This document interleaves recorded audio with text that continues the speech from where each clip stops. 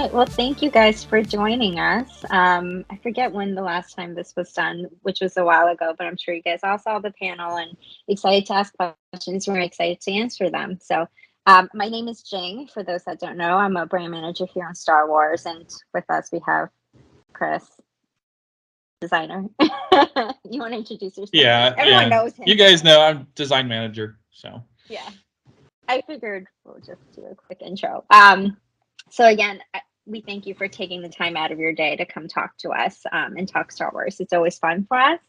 So I know we have 40 minutes. I know that we always have so many questions to get through, so we can definitely get started. And I'm just going to go down this order that I have here, and then we'll go back around for each round. So first one, James from Jedi. You seem surprised that that we're starting with you. James, take us away. Would love to hear your first question.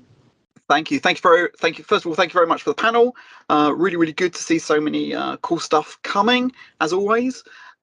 So a question from our readers is, what will be the first wave of mainline figures in plastic-free packaging for the Black Series? And when are those expected to ship, please?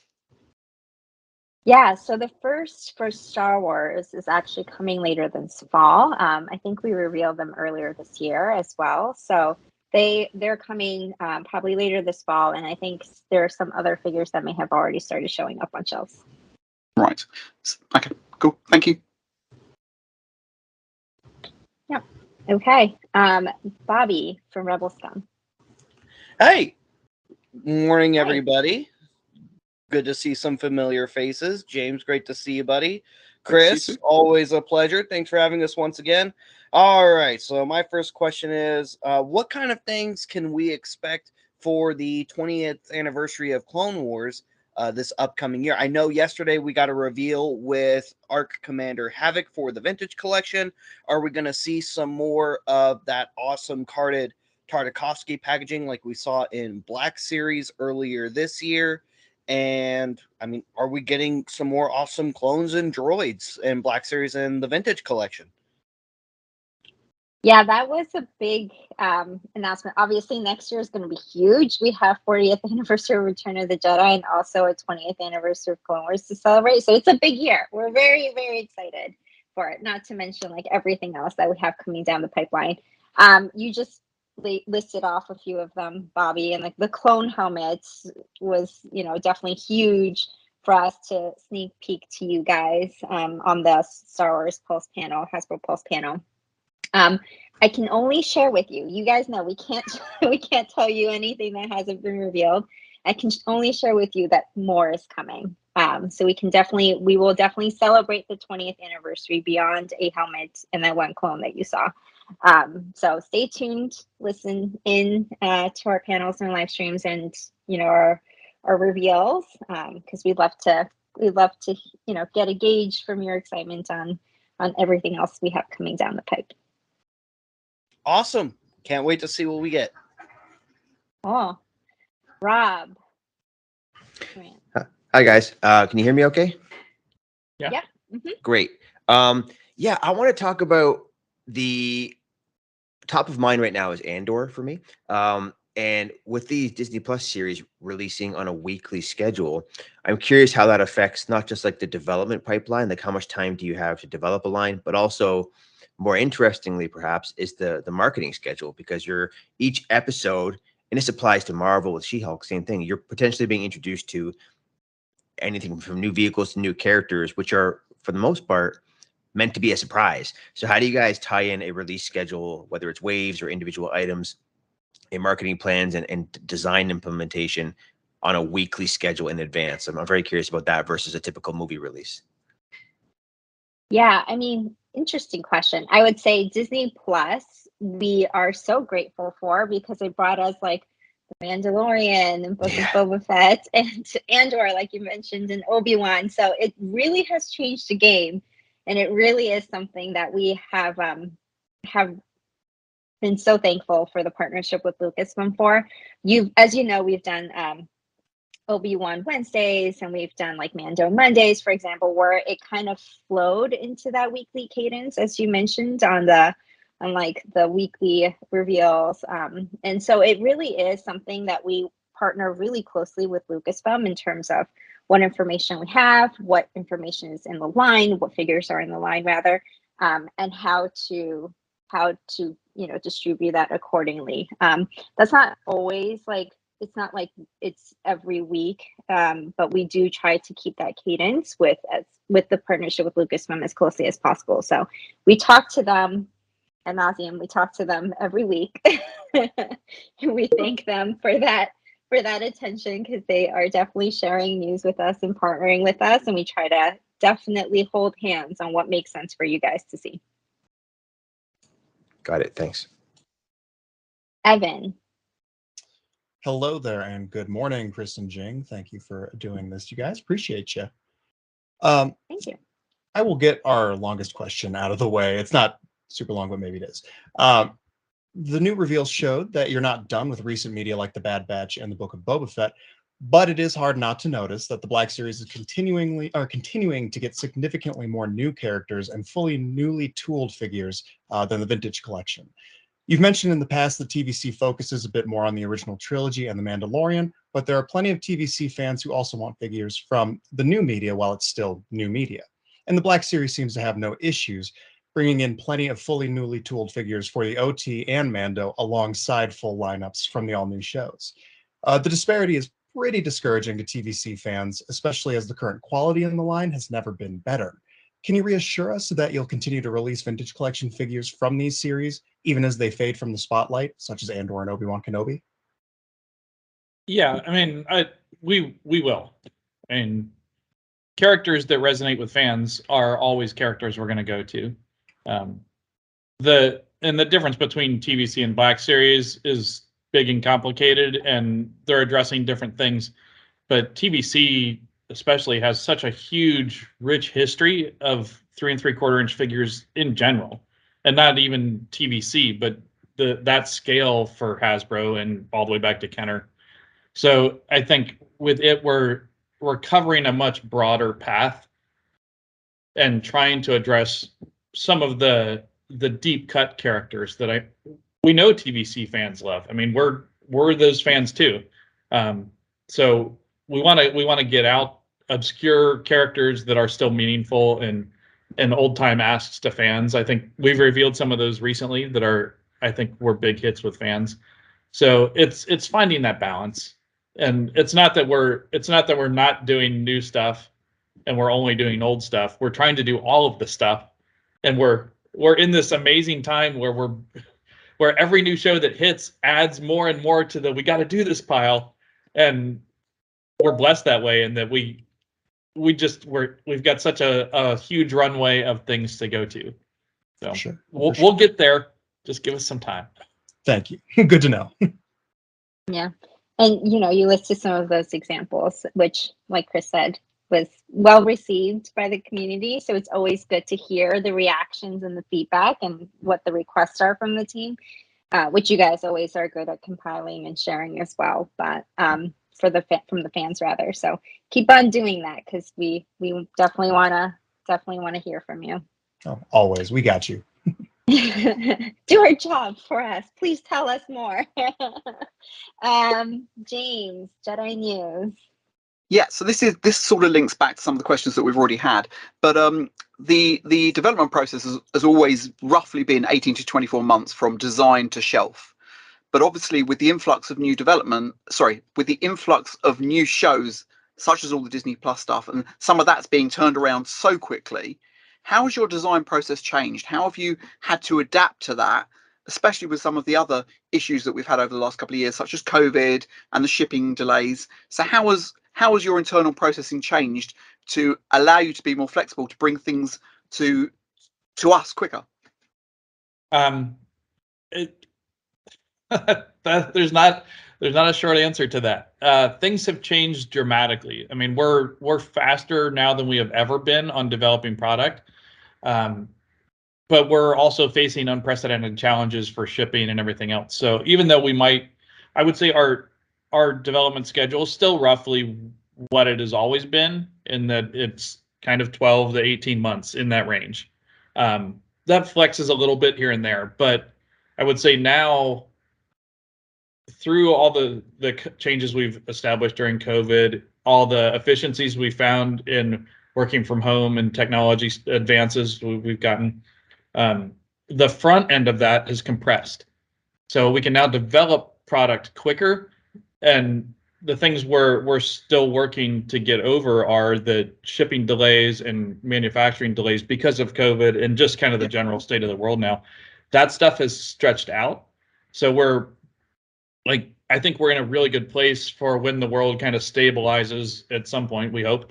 And that back end can get back to what I'll say normal. I mean, I don't know what normal really is anymore, but if that kind of resets and gets back to what we were used to in the before times, then I think our overall schedule will compress, which will help everything. And it's fun, like day to day, like how we do things changes, and like I said, overall we've gotten quicker at developing product, which is great because now the shows and stuff, Disney Plus shows, all the like everything that's coming down the pipeline, the development schedules for that have gotten shorter too. So like the difference between our development schedules and how fast a show can happen, that affects how we can get things to shelf in time with content. And trying to balance all of those things, we're just in a kind of giant game of pickup sticks right now as the world kind of reestablishes itself. But I think we're setting ourselves up for an amazing future. And with the partnership with Lucasfilm and Disney, I mean, that's never been stronger. And working around all those problems together as a big family has been great. And you've even managed to, I'm not necessarily allowed to ask follow-ups, but you've even exceeded yourself on, so for example, on some of the pre-orders, like the Obi-Wan Kenobi retro figures that weren't necessarily going to ship till December, because everything else that happens, they shipped earlier, and they actually shipped pretty much in line with the series. So. Right, yeah, and we're trying to do that stuff. I mean, as things get faster here and there, like we're certainly taking advantage of it, and we try and keep everybody updated. I mean, we for things like that, we have an estimated delivery date that we give when people pre-order things, because we don't want to promise too early and have to cancel orders, but also trying to keep it in the realm of expectations. So yeah, it's a fun time. We've learned a lot in the past 2.5 years, as the world, I'm sure, has as well. But we're adapting. We always adapt. Rebel Scum, Bobby. So my next question has to do with the upcoming 40th anniversary of Return of the Jedi. So we got some really awesome reveals at PulseCon, a lot of great VC reveals, especially the pipeline reveals are really exciting. That VC Endor bunker, I cannot wait. But with the Black Series, we got Wave 1, which was a lot of re-releases, plus the exciting reveal of Wicket. We're really excited to get Wicket. Can we expect more new sculpts like Wicket? Like, for example, with the 40th of Empire, we got the Hoth Rebel Soldier. Can we kind of expect or hope to see something like that in the way of an Endor Rebel Soldier and more new Return of the Jedi sculpts? I know there's already a bunch of Return of the Jedi sculpts in the Black Series currently, but I don't know, what are we kind of hoping to see in the future? Well, we don't have anything. You guys know the deal here. We can't talk about anything we haven't announced. So just stay tuned. I think you guys will enjoy the year. Yeah, we haven't. I said this in the last interview. We haven't even hit 2023 yet. We haven't even hit the year of celebration yet. So there's definitely more news we want to share with you. If and just ask you guys to stay tuned and definitely pay attention to everything that we have coming down. Yeah, you know us toy collectors. We're always hungry for the next figure. That's great. Keep up that hunger. Rob. Yeah, actually, just kind of building off of the talk about the anniversaries. When it comes to the 20th and 40th anniversary of ROTJ, or I mentioned Andor earlier, planning for a show that's coming out in the coming months or year, how much lead time do you guys get on the designs to start prepping a line? And it depends. Some shows, I mean, Andor is one of those amazing shows that so much was shot on location. It had different lead times than like The Mandalorian. So some of that reference just doesn't exist earlier. So lead times varied depending on the production. And to James's question earlier, like some of that, we work with Lucasfilm to figure out how we can capitalize on the timing of reference as best as possible. And that's why we're trying to condense our development times so much, is because we want to be able to respond quicker to things. It's not always possible because like now, I mean, technology is amazing. The fact that the volume and things like that Disney and the teams have developed, I mean, a show can go through production faster than we can make toys for it. So I mean, there are balancing acts that way. So we try and work as much in advance as we can, and Lucasfilm does a great job of helping us with that, sharing as much as they can, concept art as soon as they have it, and it's like that doesn't happen without an amazing partnership like we have. And we keep saying that word partnership, and I throw it out there. And I don't throw it out there lightly because it's an amazing union of our two groups, and none of this would be possible without that. Okay, just to follow up on that quickly, what has been the shortest turnaround? Like, how quickly can you turn around certain characters' designs, as an example? Well, I would say Grogu is an amazing example of how fast the team can make product and get it to shelf. That was a lot of long hours and late nights for our team. I'm sure it was the same on Lucasfilm side. I mean, our approval processes and stuff, we were doing things in real time. Lucasfilm people were coming out to look at product on site and help us with approvals. That when we need to, there are a lot of levers we can pull to make things happen really fast. It's not without cost, and is something we have to balance with how often we can do that, because it's I don't mean financial cost alone, it's manpower cost, it's all of those things. And every time we do something, it costs somewhere. And finding the right balance and times to use those sorts of things for super fast reaction. So got it. Thank you. Yeah. Chris, I think I love process. So like you're asking my questions. You love process, and you're all about like family. It is. I've been in the Star Wars family for 30 years doing different things, and yeah, you have. People across the board are, and they started as work acquaintances and have become deep friends and connections. So, and I think that just speaks to how everyone works together so well. Yeah. It's a family. All right, Evan. All right, this question starts off with a look, sir, droids. Fans would love to see droids like Ned B, 1-Jack, and B2 EMO in the vintage collection, but articulated 3 3/4-inch versions have only been offered via Disney Parks in their Droid Factory line. TVC still occasionally offers droids like IG-11 from The Mandalorian, R2 SHW for Merrick's X-Wing, and various flavors of R2-D2. Do you and the Parks team coordinate on which droid figures to release in which line so there's no crossover? And if Disney Parks offers a droid character, should TVC fans just assume that you won't offer your own version? Yeah, it's a good question. We actually got that earlier as well. So we partner closely with Lucasfilm on all levels, including the Parks team and obviously our Lucasfilm licensor team, for example. So we are definitely close partners, and we get on calls weekly, bi-weekly, etc. So it's definitely always a conversation. Just because they have done something doesn't limit Star Wars from Hasbro from doing the same thing. So it's always a possibility for our items to come out separately from their items as well. You know, we love Disney parks. We get excited when their items come out as well, and we're fans, and we love to go to parks as well and shop. But yeah, it doesn't mean we as Hasbro won't also come out with some things in the future. But obviously, nothing to announce. But it's always something we balance on our side. Awesome. Thank you. Yeah. All right, going back up, James.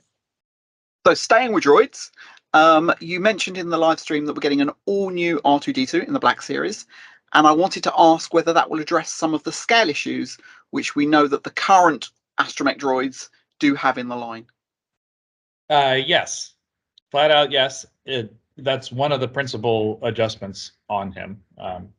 There's a lot of other fun things that we'll get into as we can actually reveal that.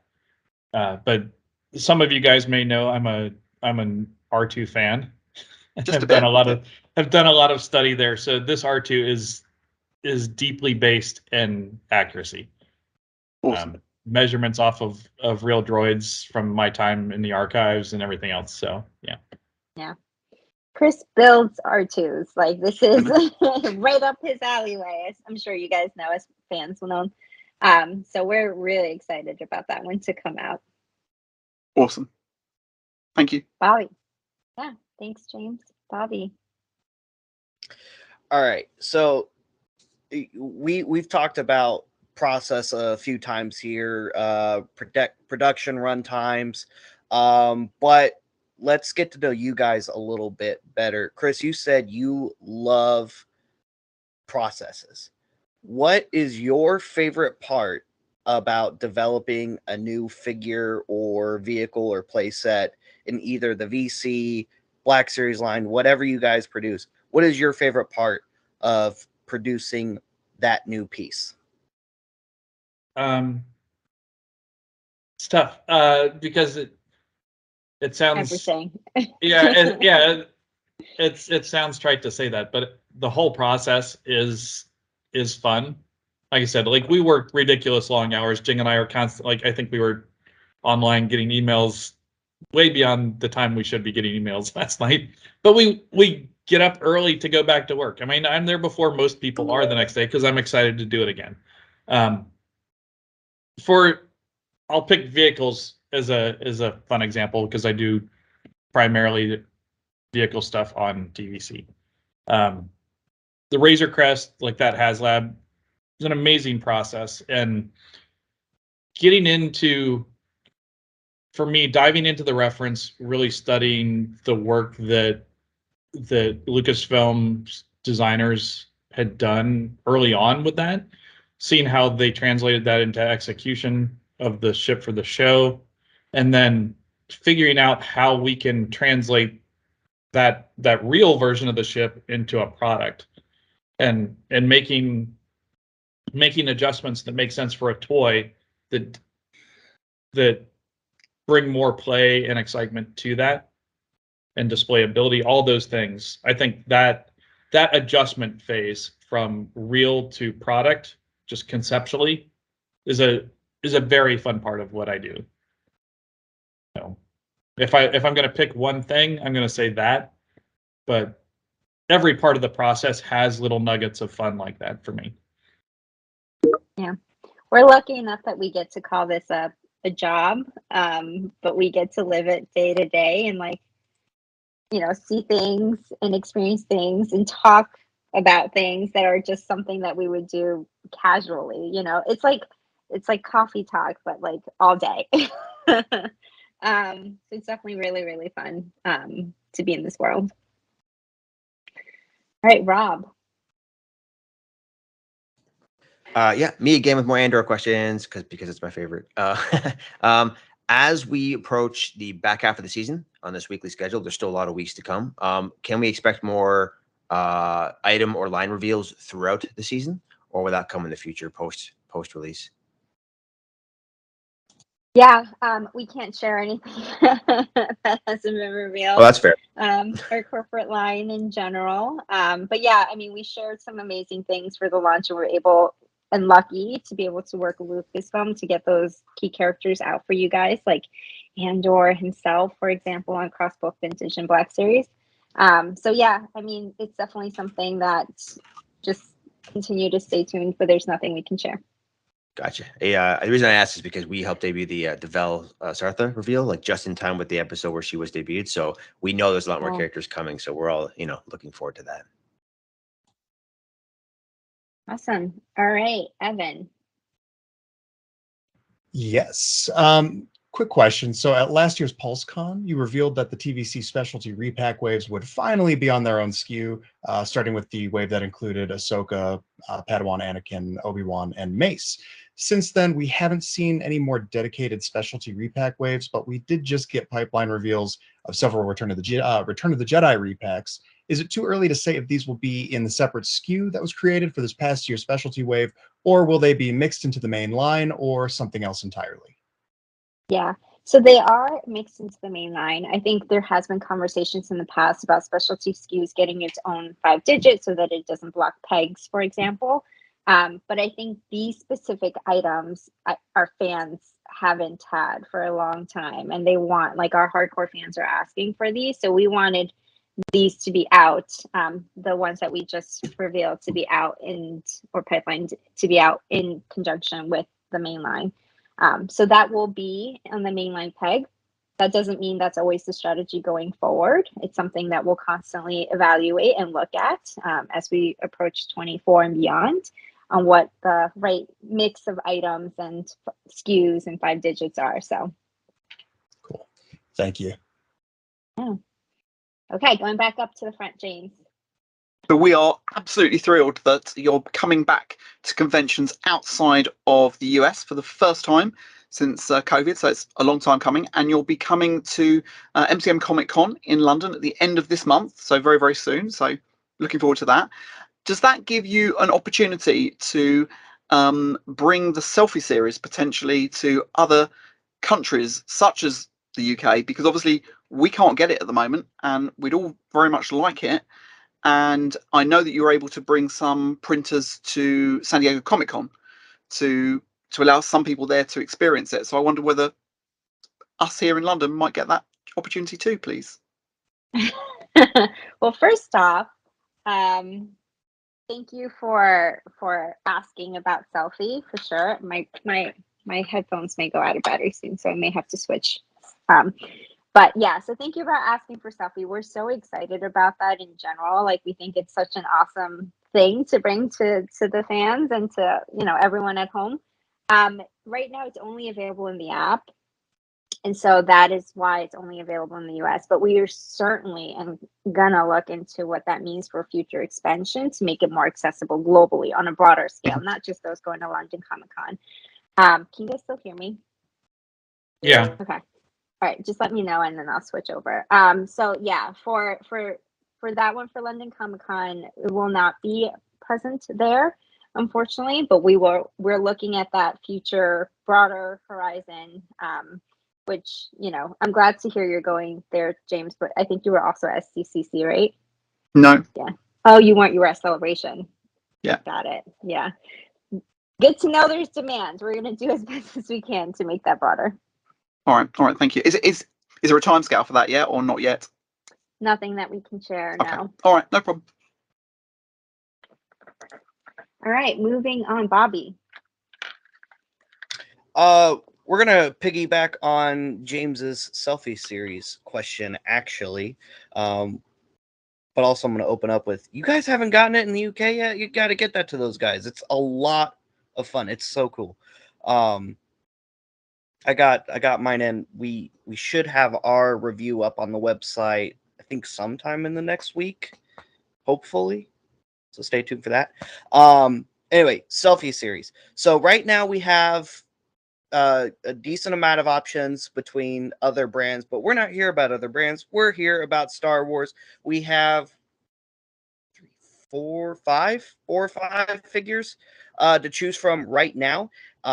Are there plans to, as selfie series adapts and evolves, are there plans to add more characters to the roster, like more army builder like characters, so people could also be a rebel fleet trooper or a clone trooper or something? And are is there plans to maybe bring the selfie series down to 3/3 scale for my TVC fans out there? Wow, we just launched and we're getting more requests. What more can we ask for?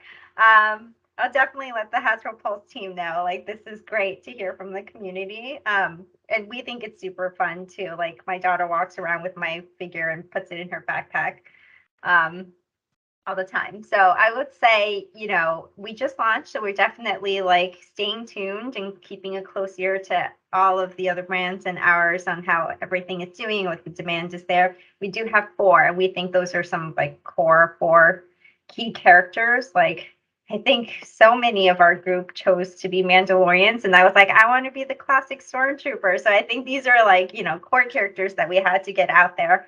But good to know that there's requests for expansions and a request for additional characters and scales and things like that. Like, nothing we can share, nothing in the pipe for us to communicate out, but for sure we'll definitely keep a close eye, and we hope for the best for all the selfies, because we think it's great too, and we're gonna gift it to all our it's gonna be in our Christmas stockings for our family pretty soon. I think we just love the idea.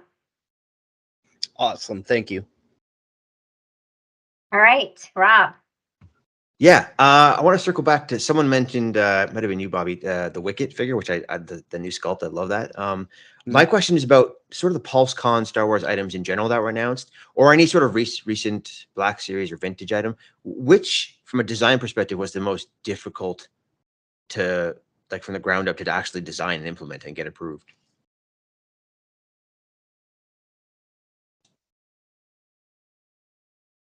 You're on mute, Chris. I'm trying to think. It's a hard question, because they all have their own challenges. The team's amazing though. Eric and Emily on TVC and Black Series. Like,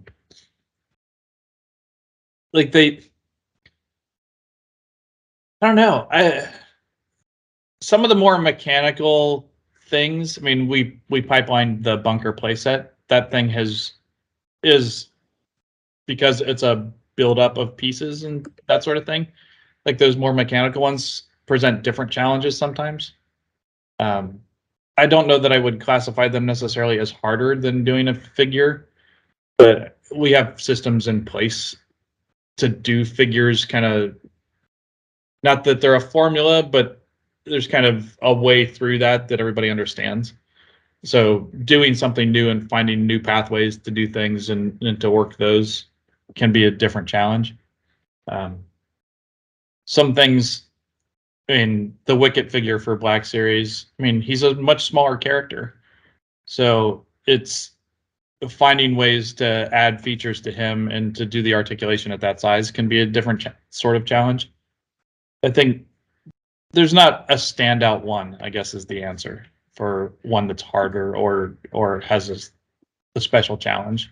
They're just each little challenge is on their own, but that's what we love, is finding our path through those. Gotcha. Thanks. Evan.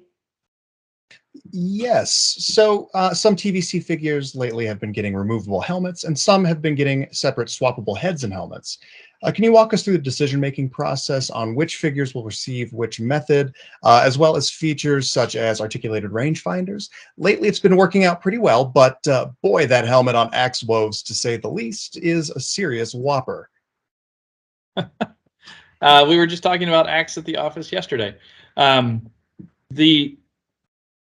think that the decision between whether it's a swappable head or removable helmet or no helmet or no head, I mean, those things are all the things we work through as we're developing the product, and whether the character primarily shows. I mean, Axe is one of those ones where we see a lot of time with him as the character with the helmet off. We see a lot of that.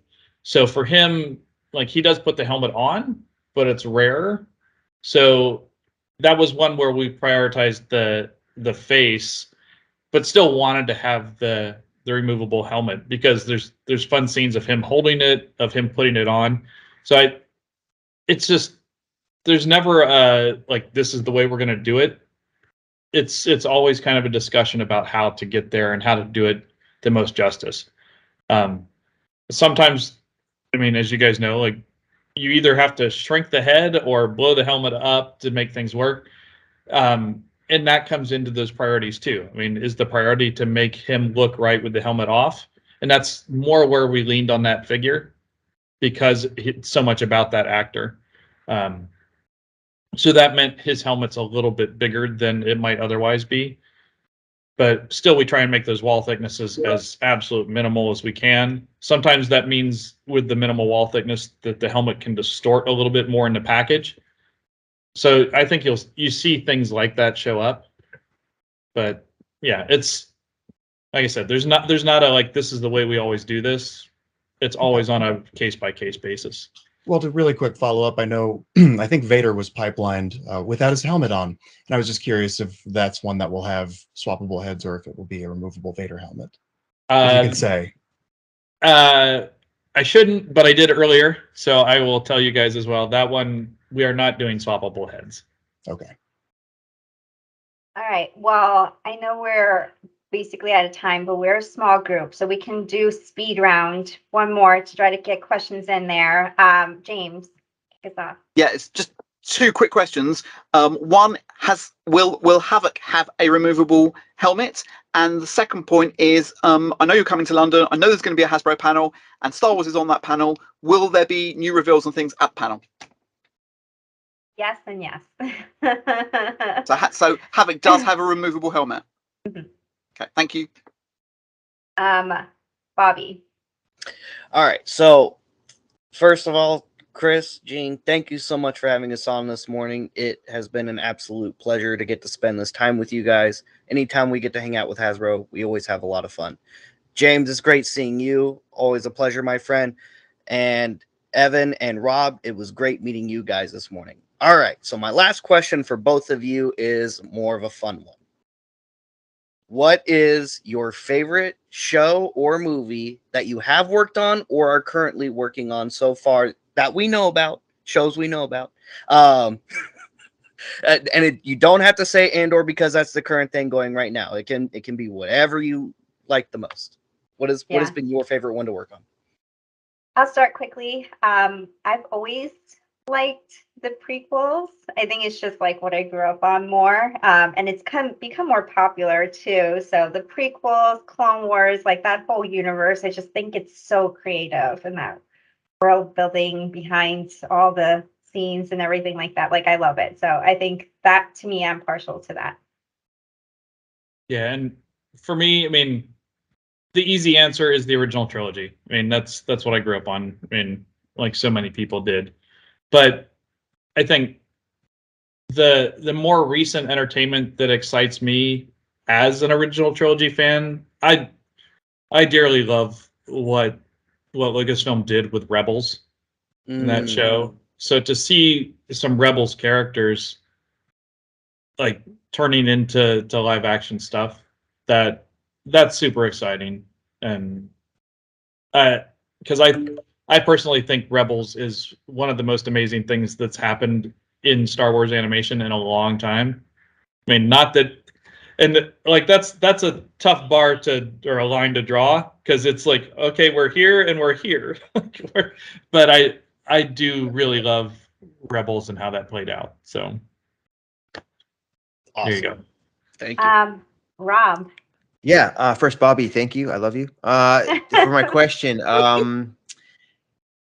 that's a good point you bring up because there's so many, like with Rebels coming to live action, but also the sheer amount of animated series and live action series getting at Disney Plus. How do you guys balance like choosing a line of characters that mixes what you said, Jing, like you're getting prequel characters, original trilogy characters, but also adaptations of recently animated characters and the new characters all coming? How do you balance out a year's worth of product and try to address all the increasing amount of verticals and I'm sure future stuff that's going to be added too? Difficultly. If that's even the word. Yeah, I mean, we want it all, just like the fans do. We're constantly like figuring out and trying to get a pulse on what makes the most sense. But it's tough. It's like choosing, your favorite cat. Like it's hard. But yeah, no, we partner closely with Lucasfilm. We try to find that right balance, and we listen to you guys and your reactions when we hear like, oh, we want more of this or that. So there's always going to be demand, and we just try to do what's right. So keep telling us what you like and what you want to see. Yeah, and like we've said, like our development timelines are 12 to 18 months. That's not when we start talking about what figures we're going to do. Like we have to, we think so far in advance, trying to figure that stuff out. So it's an ongoing conversation and in partnership with Lucasfilm to figure that. So yeah, really quickly, Evan, to close us out. I'll jump in on the Rebels train really quick that you guys are talking about. I'm glad to hear that you guys love it so much. As you are probably aware, the Vintage Collection has absolute zero in terms of Rebels presence, whereas Black Series has the complete team. And I know they place very highly on community wish lists. They're constantly very highly placed on our March Madness bracket. They were very popular when proposed as a HasLab figure pack in our own community discussions. So I was just curious if Rebels and TVC will be, or already is a priority or a thought for the Vintage Collection moving forward. You know how we have to answer this one, right? Yes. We have nothing to announce. No. Just mostly wanted to make sure you guys are aware we want them. Yes, Yeah, no, we are fully aware you want them. Yeah. Yeah. But, okay. Yeah. No. Yeah. Those things that the fan community does informs us on so many levels. So thank you so much for constantly doing that and being engaged in the community and fostering that. So you guys for fostering that in the community. It's definitely a forum that we tap and we pay attention to. So thanks for doing that. Awesome. Thank you. Appreciate you All guys. right. Well, thank you guys. I know that was coming in quick, but it's always good to chat with all of you. And hope to see you guys in convention soon. And James, glad that you're going to London. That's awesome. So on my doorstep, so it's I know, a bit that's silly true. if I didn't go, but that's true. You have to go. Exactly. Yeah. All right. Thanks, guys. Awesome. Thank Great you so to meet much. all. Thank you, everyone. Yeah.